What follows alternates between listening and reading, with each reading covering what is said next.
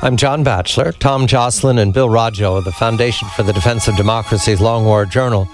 While we're dealing with what we can discern of the al-Qaeda threat right now underway and the pattern we can follow in Yemen and Waziristan, the borderland, of the CIA, DOD, Special Forces striking back, we now go a year back. Benghazi, 2012, the strike against the residence of an American ambassador, 9/11/2012, and against the CIA annex. Questions to be asked. We don't need answers right now. We need to continue to focus on the questions. Tom, we've discussed this often, and my memory is that the residence where Ambassador Stevens was under attack, under siege, they set it on fire, where we believe he started to die. I think he might have died between the residence and the hospital. In any event, he died of smoke inhalation and abuse.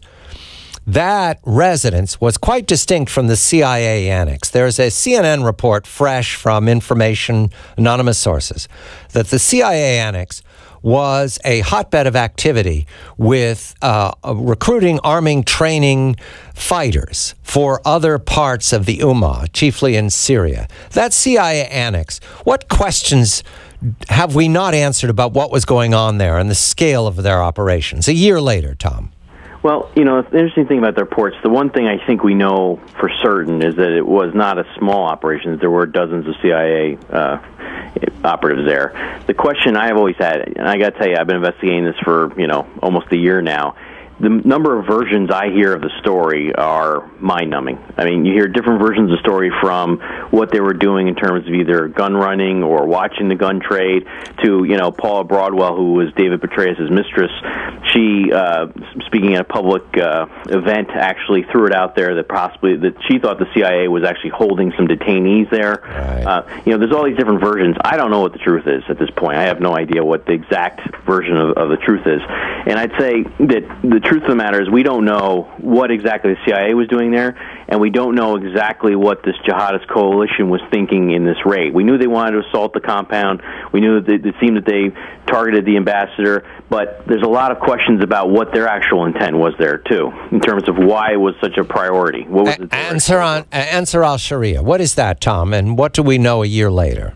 Well, Ansar al-Sharia in Libya is started as a militia in Benghazi and a similar group in Derna, and has formed this sort of... Derna is the most jihadist of cities in the east of Cyrenaica province, yes. That's right. And it is a certainly, at a minimum, I would say, it is a pro-Al-Qaeda group. A Defense Department report that was released by the Library of Congress in August of 2012, just 1 month before the Benghazi attack, said that Ansar al-Sharia was sort of becoming the new face of Al-Qaeda in Libya, and I think there's a lot of credence to that.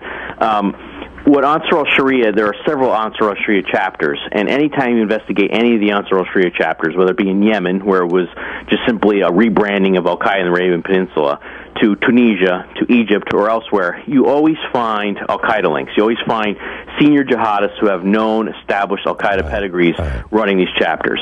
And so I think there's a strong case that can be made that Ansar al-Sharia is basically Al-Qaeda's rebranding for the post-Arab Spring world. It's basically their relaunch, their sort of attempt to basically rebrand the organization and increase their appeal to the Muslim masses by saying that they're the true defenders of Sharia law.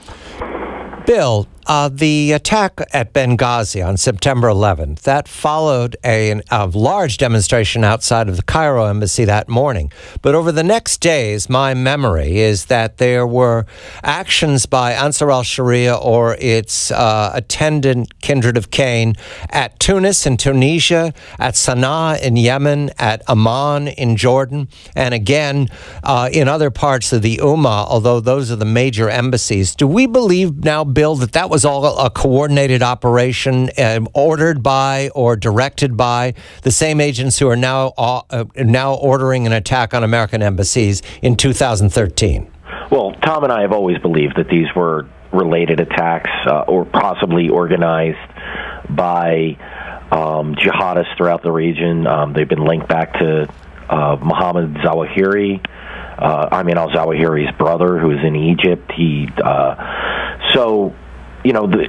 don't think it's a coincidence. It wasn't some silly video that was puffed up by the administration. Right. This was certainly a coordinated event or a series of events that was designed to put pressure on U.S.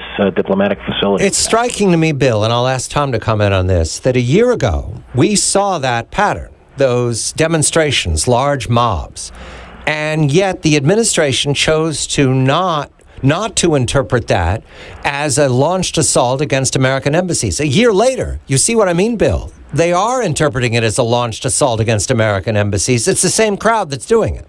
Yeah, I think politically the administration took a hit on that one. While they've gotten away with it, it's difficult for them to. Had something happen, had there been an attack over the weekend or in the next couple of days, it'd be really hard for the administration to get away with it this time. There hasn't been any political repercussions really from Benghazi and all of those other attacks, by the way, that you had mentioned at the embassies. They really went unnoticed because of what happened in Benghazi was so successful, because an ambassador was actually killed. So they were able to bury those. But if something happened now, I don't think the administration wanted to take the political risk. Tom, I come to you on this. The attacks against the American embassies over several days in 2012, not interpreted as directed by Al-Qaeda's top leadership. Here we are in 2013. It is interpreted that way. Do you see any difference between these two historical events, Tom? Well, I think the main difference here is, in this case, they have specific communications between Ayman al-Zawahiri, the head of al-Qaeda, and Nasser al-Wahishi, the head of al-Qaeda in Arabian Peninsula, who's now the general manager of al-Qaeda's global operations, talking about attacks, although at the time and specific attack and specific targets wasn't known in the communications. But they had that sort of smoking gun communications, according to the current press reporting. What these assaults on the embassies that we talk about last year in 2012, it takes I would think, just a little bit of deduction, not much, but they're not even willing to go there with that sort of connect the dots strategy. To our minds, it's obvious that what happened in 2012 was al-Qaeda connected, when you have al-Qaeda's black flag going up across multiple embassies, and you have them chanting in favor of Osama bin Laden, and then all these al-Qaeda-linked individuals responsible for it. It's pretty straightforward. Tom Joscelyn and Bill Roggio of the Foundation for the Defense of Democracy's Long War Journal. The assaults in 2012, ignored by the administration. The assaults in 2013, alarm bells. I'm John Batchelor.